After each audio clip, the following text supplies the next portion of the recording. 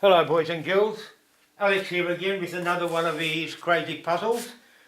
This one I affectionately call the square brick, only because it's the weight of a bloody brick, but it's not the shape of a brick, it's square, so that's nice. And not only that, it is basically designed on this little cube that I bought back in my uni days, which would have gone back to around 67, 68, God, making it over 50 years old, in a Bernard's Magic Shop in Melbourne.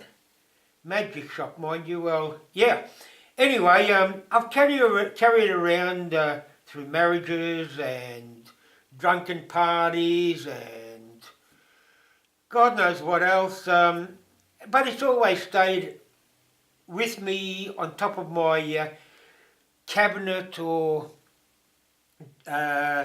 tabletop or whatever for people to play with, puzzle with, and have me amuse them and prove to them how clever I was over the past 50 years. And to think I can still put it together and dismantle it, looks like I haven't lost all my cleverness.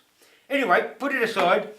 What I did was I took the measurements naturally, imported them into SketchUp, resized it to something a little bit bigger than that, and not only that, because I use my traditional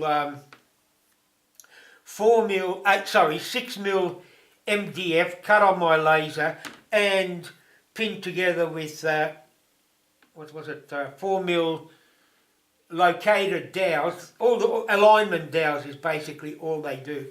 And not only that, because of the 6mm MDF, and to try and, because everything is proportionate, like that's sort of like a quarter of that, and that's double that, I had to sort of like work it out what size I needed so I could cut it out of MDF and make up the appropriate dimensions. Anyway, I did it. Now, with a bit of luck, the MDF model should be available in a link below the video, and I should also have a copy of the measurements for it in a PDF file. Now, I think the measurements are based on 20mm, sort of like when you look at that, that's actually 1 inch by, 24mm by 24mm. I think the actual diagram has 20mm by 20mm because I don't have to layer it in MDF for the diagram if you're going to do it in a solid. I hope that makes sense. Well, at least I hope it makes sense to you because it's confused the shit out of me. Anyway, the pieces afterwards all the time consist of two of these little units with the notch cut out. As you can see, all the notches are pretty standard multiples of whatever, so they're not sort of like super difficult. Two of these little units, two of those, and one of that, and that little one by itself. Now what I'll try and do is put it together, and I'll try and face it in such a way as you can see it, because I tried videotaping this, and then when I went to have a look at it, you couldn't see a bloody thing. All you saw was the back of my hand, and that's it. So I'll try and make this a little bit more obvious. Okay, what you do is you take one of these. I lay it on its side only because that way pieces, gravity doesn't get the better of them and just drop to the ground. This one, I've got to make sure I orient them the right way. Same thing.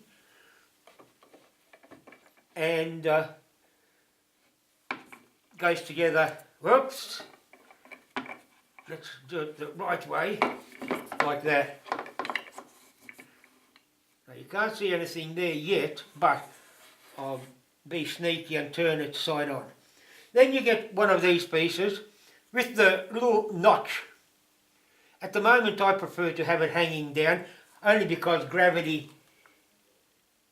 Hang on, I've done it again. What have I done? Hang on.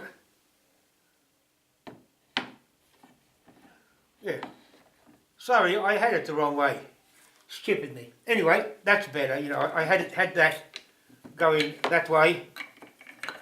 instead of that way. I mean, how the hell can you do that? But I did. Anyway, it goes there. So, as I said, I prefer the little knot down there so gravity doesn't get the better of it. And that just slips in like that. Notice. And this one here, hopefully the camera will show you, slips in same way like that. Now, everything is held together. Now, what I do is I get one of these little units, and notice, well, wrong unit, try this unit. Notice how that's oriented down that way. This then slips in like so. Now I can actually turn it on the bottom because I don't have to do any more manoeuvring or manipulations or anything like that. Now if you have a look here, I'll try and show you, that's a top-down view. What you then do is you push these two little units out. This little bugger with the smaller lip goes down there, and that holds, when you push that in, that holds that bottom piece, that one there, that you put in. And in here, you get these bigger piece, that slips in there, and that pushes it in and holds it in. Now on this side, you get one of these, and it will fit, you can, and sits in there like that. Now the last piece, and the coup de grace, and I nearly always stuff this up because I usually put it in that way, which I know is wrong, and then I finish up putting it that way, which makes the typical cross, which is not right. Then I know it doesn't go that way, and then I realise, yep, that's the way it has to go. No, it doesn't. It goes like that. It's like a cross sort of thing without the, well, that's how it goes. And that then slips, hang on, move that back, slips in there and slides down. And voila, you've got a great little cube. As you said, it's a cube, but it weighs it's like a brick because that's solid MDF. And MDF is quite heavy. And as I said, it is, well, not tons, but it's quite heavy. Now anyway, having done that, as I said, the SketchUp is quite versatile, you can resize. What I have done, where is it now? Here is one reaching into the oven that we have prepared beforehand. This is now using half of those dimensions. As you'll notice that there's 4 layers there. So I've cut it back to 2 layers because that's still divisible by 6mm MDF. All I've done is, well, whacked it, made one up, whacked it together. This is actually buffed up as well, quite slippery as you can see. And because I could, I made another one, and this time I actually stained it black, only on the outside. I left the inside, although the inside is still polished up.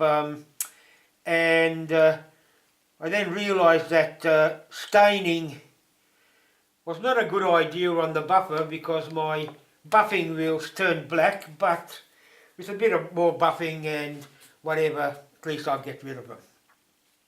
Anyway, having said that, as you can see, you're probably sick and tired of me making stuff out of MDF laser cut because not everybody's got a laser. So I think I had a point to prove. So what I'll do is I'll now move the camera over to the table saw and or to the another spot and continue from there. Okay, here we are at the table saw. I've moved the camera over here only because it's easier to move the camera here than to move the table saw to where the camera was.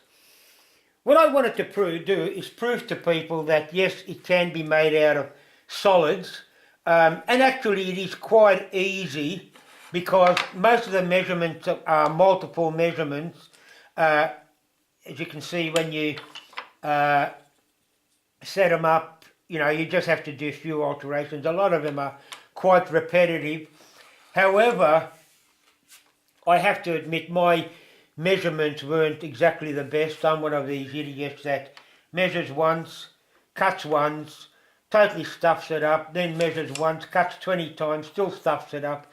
And all I know is I had a bucket full of scraps, because with these sort of compound slots or joints or whatever, if you butt it up against a fence and you've got just a scrap of a bit of a wood chip or whatever, you get a slight ridge in there. It might only be a couple of point mil, 0.2, 0.3 mil out, but you can actually notice it, and it's quite discerning, and I just didn't want to get in there and start sanding. And that's why you'll notice that a lot of my tolerances are not as good as I'd like, only because I thought I'd rather make these pieces fit loose than fit tight and then have to come back and start sanding. Anyway, what I initially did was I started making it out of this brilliant piece of burl. Not a good idea, because it kept blowing out on me and bits and pieces falling out and all that. But still, it's a good piece of timber, and it was coming together great until I went to assemble it and realised I totally stuffed it up. Because if you notice here, this is a pine equivalent.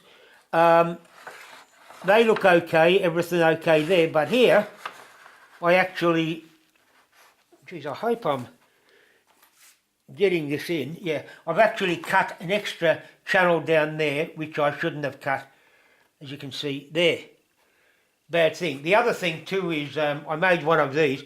That's quite thin in comparison. You drop that.